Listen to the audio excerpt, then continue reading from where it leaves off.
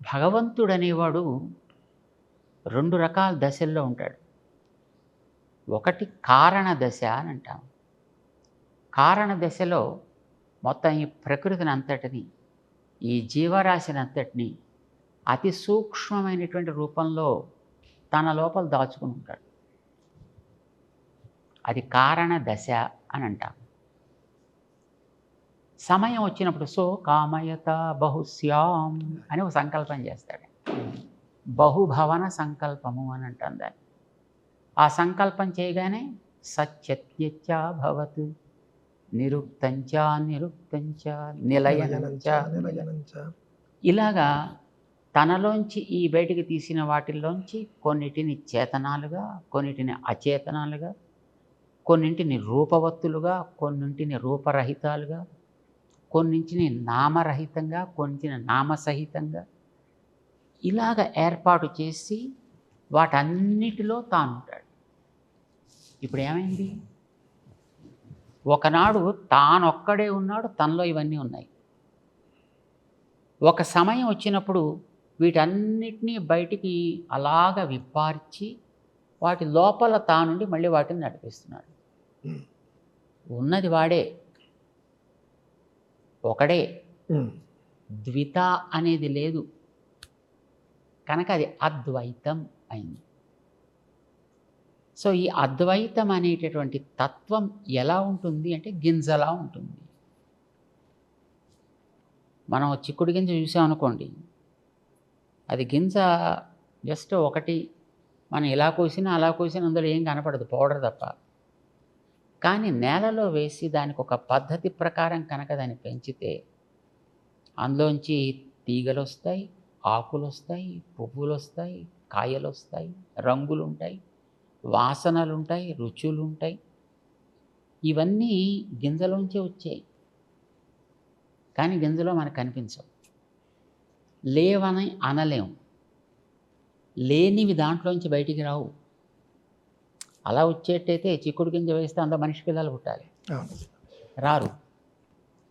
ఏ మనం సంస్కారాలతో అది ఉంటుందో అవే అందులోంచి బయటకు వస్తాయి. మనం చెట్టు కింద చూసేటటువంటి ప్రతి దాంట్లోనూ ఆ చిక్కుడు తనం ఉంటుంది, కానీ ఇదంతా ఒక దాంట్లోంచి వచ్చింది. తేడా ఏంటంటే ఈ గింజకి మళ్ళీని పైకి తెచ్చిన దాన్ని తనలోకి తీసుకోగలిగే శక్తి లేదు. కానీ భగవంతుడికి ఇది భూత్వా భూత్వా ప్రలీయతే అని భగవద్గీతలో చెప్పినట్టుగా వీటన్నిటినీ సమయం వచ్చినప్పుడు బయటికి తీస్తానాయా, మళ్ళీ సమయం అయిపోతే మళ్ళీ వాటన్నిటిని నాలోనే దాచుకుంటా అన్నాడు భగవద్గీతలో 8లో. అలాగా బయటికి తీసి వాటిల్లో ఉన్నాడు. ఇప్పుడు అలా ఉన్నాడు. ఇప్పుడు అలా బయటికి తీశాడు, మనమంతా బయటకు వచ్చాం దాంట్లోంచి. ఇదివరకు మనమంతా ఉన్నాం, కానీ ఆయనలో ఉన్నాం. ఆయన పైనుండి మనం లోపల పెట్టుకున్నాడు. ఇప్పుడు ఏం చేశాడు? మనని పైకి తీసి దాని లోపల ఉన్నాడు. ఇప్పుడు మనం కనిపిస్తున్నాం. ఇప్పుడు ఆ ఆకారం వేరు, ఈ ఆకారం వేరు, ఆ ఆకారం వేరు, ఆ ఆకారం వేరు.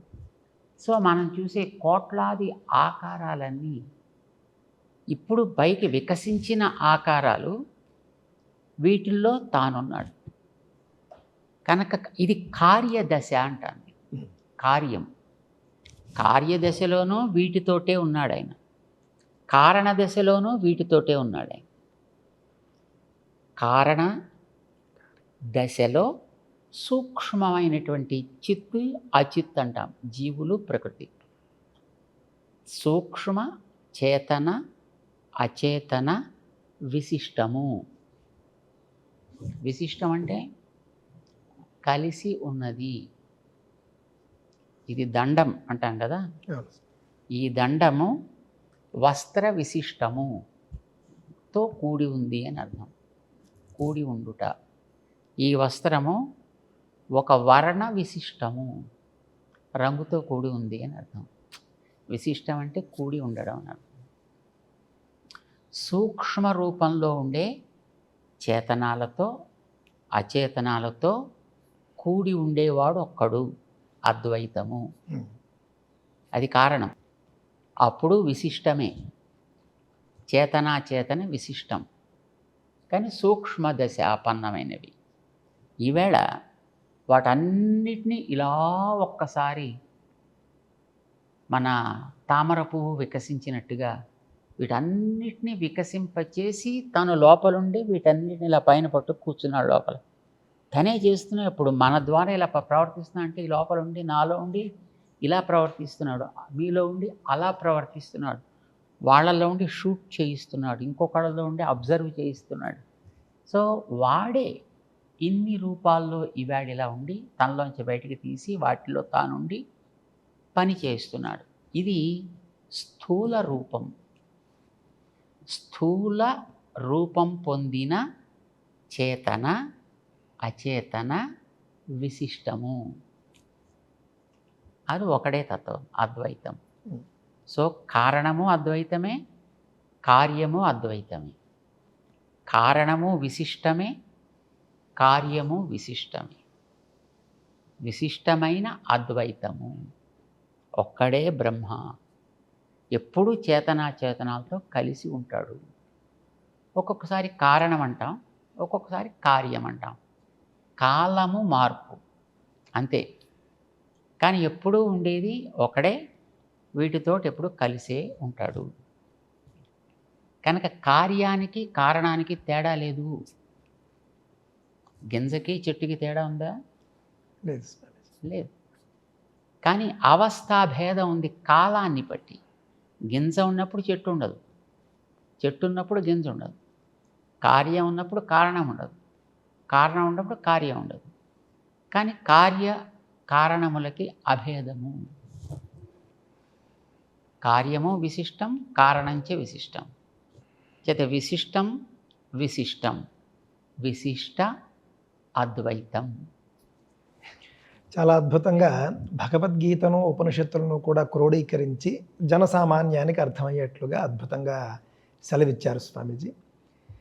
నేడు విశిష్టాద్వైత, అద్వైత, ద్వైత అనేటటువంటి 3 మతాల్లోనూ కూడా సామాన్యంగా కనిపించే అనేక అంశాలు చాలా ఉన్నాయి స్వామీజీ.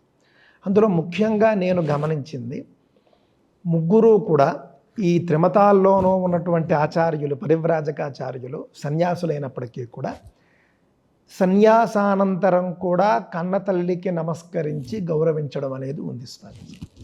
కానీ కన్న తండ్రికి నమస్కరించడం నేను చూడలేదు, 3 మతాల్లోనూ చూడలేదు. కానీ కన్న తల్లికి మాత్రం ఎంత ఉన్నత స్థాయిలో ఉన్న జగద్గురువులైనప్పటికీ కూడా ముగ్గురికి ఉంటుంది నమస్కారాన్ని స్వీకరించే అర్హత. ఒకటి దేహాన్ని ఇచ్చినది కనుక తల్లి, రెండవది జ్ఞాన జన్మనిచ్చినవాడు కనుక ఆచార్యుడు, మూడవది కారణతత్వం కనుక నారాయణుడు. ఈ ముగ్గురికి మాత్రం నమస్కారాన్ని స్వీకరించేటటువంటి స్థితి ఉంటుంది. వాడికి నమస్కారం చేసేటటువంటి అర్హత ఈ యతి అయినటువంటి వ్యక్తికి ఉంటుంది.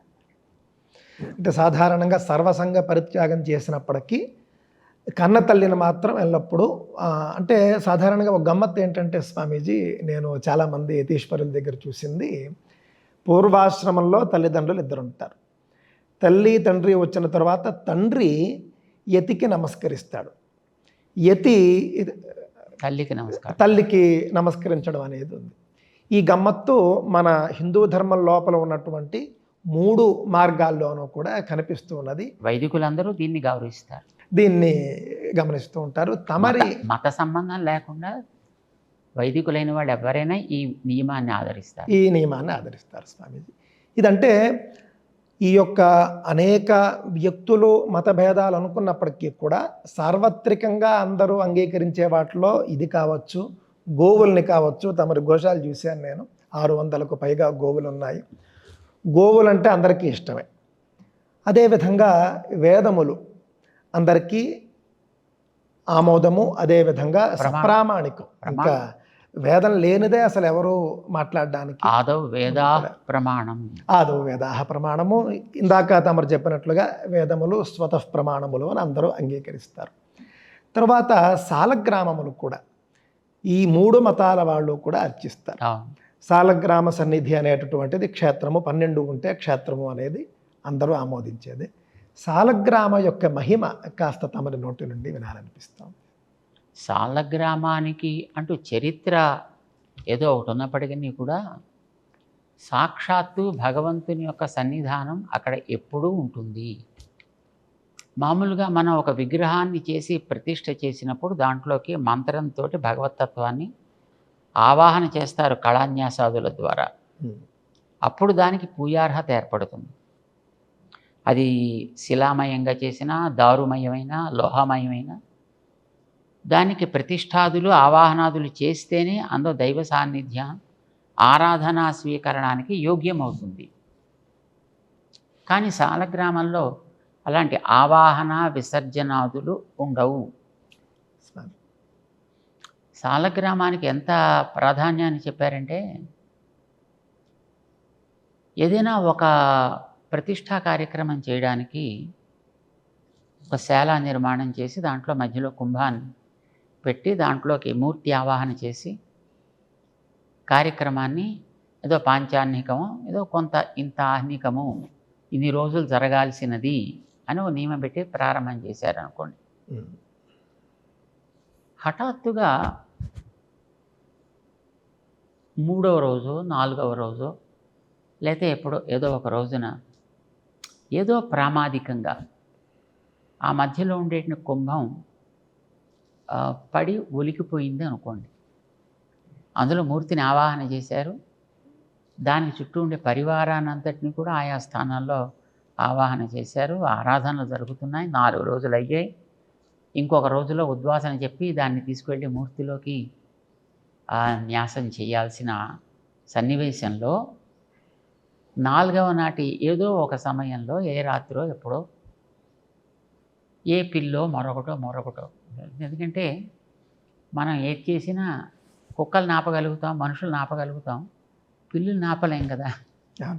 అది ఎక్కడి నుంచో లోపలికి వచ్చి దాని మీదకి ఏదో దూకిందని అనుకోండి, అది ఏదో కారణం చేత ఒలికిపోయింది అనుకోండి, అప్పుడు ఏం చేయాలి అని ప్రశ్న వేశారు ఆగమాల్లో. అప్పుడు మళ్ళీ కొత్తగా అయితే ఆవాహన చేయడానికి అవకాశం లేదు, ఎందుకంటే పరివారం అంతా అక్కడ ఉంది. ఇలాంటప్పుడు ఏం చేయాలంటే ఆ కలశంలోకి సాలగ్రామంలోంచి స్వామిని ఆవాహన చేసి మళ్ళీ ఆరాధన యథాతథంగా కొనసాగించవచ్చు. ఇది నియమం చెప్పారు. అంటే సాలగ్రామానికి ఉండేటటువంటి మహత్త అంతటిది అని అది మనకు తెలియజేస్తోంది. సాలగ్రామం అనేటటువంటిది మనకి గండకీ నదిలో లభిస్తుంది. ఆ గండకీ నదిలో కొన్ని గుర్తులతో ఉండే వాటిని ఆయా నామాలతోటి ఆరాధన చేస్తుంటారు. అంటే అది 6 చక్రాలు ఉంటే సీతారామం అని, షట్చక్ర సీతారామం అని అంటారు. ఏదో పైన చక్రం ఉంటే సుదర్శనం అని అంటారు. ఏదో కొన్ని రకాల బిల్లములు ఉంటే అది నారసింహం అంటారు. ఏదో ఒక ఆకృతిలో ఉంటే అది కూర్మం అంటారు. ఇంకో ఆకృతిలో ఉంటే అది మత్స్యం అంటారు. ఇలాగ దానికి కొన్ని గుర్తులను బట్టి ఆ చక్ర సన్నివేశాన్ని బట్టి సాలగ్రామాలకి ఒక గుర్తింపు అన్నమాట. వీటిల్లో సహజంగానే దైవ సాన్నిధ్యం ఉంటుంది. అక్కడ వాటికి ఆవాహన అనేది ఉండదు, విసర్జన ఉండదు. అందుకోసమనే వీటిని వైదికులైనటువంటి వ్యక్తులు నియమంగా దానికి స్నానాదులు చేసుకొని కాస్త సంస్కారం ఉన్న వాళ్ళైతే దానికి ఈరోజు కూడా అన్నప్రసాద నివేదనాదులు చేయగలిగి ఉండేవాళ్ళైతేనే ఆరాధన చెయ్యాలి, మిగతా వాళ్ళు దాన్ని తాకకూడదు అని ఒక పద్ధతి ఇదివరకు రోజుల్లో ఉండేది. కానీ అది క్రమంగా ఇప్పుడు ఈవేళ ఆ రకమైనటువంటి పద్ధతి మనకి కనిపించట్లేదు.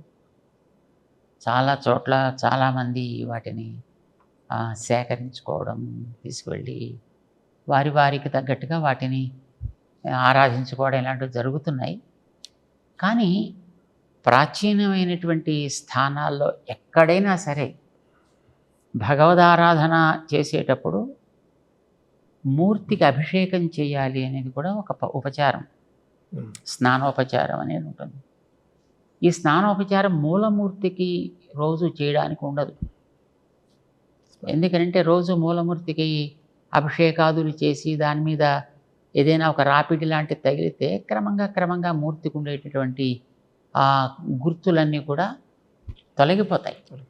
అంచేత తర్వాత మనకి గుర్తించే అవకాశమే ఉండదు కనుక ఇప్పుడు తిరుమలలో వెంకటేశ్వర స్వామి వారికి నిత్యము అభిషేకం జరుగుతూ ఉండేది. బట్ 1000 ఏళ్ల క్రితం రామానుజాచార్యుల వారు అక్కడ నియమాల్ని ఏర్పాటు చేసేటప్పుడు ఇది దైనందిన అభిషేకాలు కనుక జరిగినట్లయితే మళ్ళీ కళ్ళు, ముక్కు, చెవి ఇవేమి తెలియవు. మూర్తికి ఆ రకమైనటువంటి గుర్తింపు లేకుండా పోతుంది కనుక ప్రతి శుక్రవారం మాత్రమే అభిషేకం చేయవలే అని ఒక నియమాన్ని ఏర్పాటు చేశారు. రోజు అభిషేకం చేసేటటువంటిది సాలగ్రామ శిలామూర్తికి మాత్రమే చేస్తారు. చేత ఆ తీర్థాన్ని మనకి ఆలయాల్లో మనం తీసుకునేటటువంటి చరణామృతంగా దాన్ని ఇస్తుంటారనమాట. సో సాలగ్రామానికి ఉండేటువంటి గొప్పతనం అది. అయితే దానికి అక్కడ గండకి నది తీరంలో లభించే వాటికి అక్కడేవో కొన్ని కథలు చెప్తూ ఉంటారు. అక్కడ ఏదో రురు అనేటటువంటి ఒక దేవత భగవంతుణ్ణి కోరుకుని ఆ భగవంతుణ్ణి నిరంతరం తన గర్భంలో పెట్టుకోవాలి అని కోరుకుంటే ఆవిడికి గండకిగా ఉండేటటువంటి వ్యవస్థను చేసి భగవంతుడు సాలగ్రామ మూర్తిగా అందులో ఉంటూ ఆవిడ కోరికను తీర్చాడు. ఆ తర్వాత ఎవరో ఒక అసురుడు భగవంతుడిని ప్రార్థన చేస్తే ఆయన మీద కలిగినటువంటి దయతోటి నువ్వు ఏ శిలలో దాన్ని కోరిక దానికి చక్రాల కింద ఏర్పాటు చేస్తావో దాన్ని నా మూర్తిగా నేను స్వీకరిస్తాను అతనికి ఒక వరం ఇచ్చినట్టుగా మనకి అక్కడ కొన్ని ఇతిహాసాలు దొరుకుతున్నాయి. సరే, ఇప్పుడు ఇలాంటి ఇతిహాసాలని మనం పెద్దగా ప్రామాణికము అని అనుకోవడానికి లేదా వాటిని కాదు అనడానికి కానీ మనకు అవకాశం లేదు. కానీ దీనికి ప్రాచీనంగా మన వాళ్ళు అన్ని ఆలయాల్లోనూ కూడా మన దివ్యదేశాలు అని భావించేటటువంటి పెద్ద పెద్ద క్షేత్రాల్లో కూడా ప్రతిరోజు అభిషేకం చేసి సాలగ్రామ మూర్తిని దాని శ్రీమూర్తి అని అంటుంటారు. ఆ శ్రీమూర్తికి అభిషేకం చేసి తత్తీర్థాన్ని అందరికీ కూడా అందివ్వడము అనేటటువంటిది ఒక పద్ధతిగా వస్తుండేటువంటి విషయం. దాన్ని సాక్షాత్తు దైవంగానే మన వాళ్ళు స్వీకరించి ఆరాధన చేస్తుంటారు. చాలా అద్భుతంగా చెప్పారు స్వామీజీ. ఇందులో కార్తీక మహాత్మ్యంలో కూడా క్షీరాబ్ది ద్వాదశి నాడు సాలగ్రామ దానాన్ని చాలా విశేషంగా చెప్పడం జరిగింది. అసలు ఏ వివాహంలో అయినా జరిగే దానాల్లో సాలగ్రామ దానం కూడా ఉంది కదా. గోదానం, భూదానం, హిరణ్యదానం, సాలగ్రామ దానం. పాపం చాలామంది తెలియక తమరన్నట్లుగా సాలగ్రామను ఇంట్లో పెట్టుకుని వాళ్ళు సరిగ్గా ఆచారం పాటించలేక పూజాదులు చేయలేని పక్షంలో ఇంట్లో కొంత అశాంతి, అనారోగ్యాలు, దుఃఖాలు మొదలైనటువంటివి కనిపిస్తూ ఉన్నాయి స్వామి. అంటే సాలగ్రామను ఇంట్లో ఉంచుకొని రోజువారీ అభిషేకాలు, అర్చనలు, తులసీ దళ సమర్పణ మొదలైనటువంటివి లేని వాళ్ళు చాలామంది ఉన్నారు. కొంచెం అలాంటి వాళ్ళకు కూడా తమరు ఒక ఉపదేశం. అంటే చాలామంది సాలగ్రామాన్ని ఒక ప్యాషన్గా దాని యందు ఒక అభిమానంతో సేకరించి ఉంచుకోవడము ఆరాధనలో అనేది ఒక వాళ్ళకు ఉండేటువంటి ఒక అభిలాషాన్ని బట్టి వాళ్ళు అలా చేస్తూ ఉంటారు. సాధారణంగా సాలగ్రామాన్ని అట్లాగా సేకరించుకున్న వాళ్ళు ఆరాధనలో చేర్చకుండా దాన్ని కేవలం అట్లాగా ఒక ఎగ్జిబిటింగ్ పీస్ కింద మాత్రమే పెట్టుకుని అట్టే పెట్టుకుంటే నో ఇష్యూస్.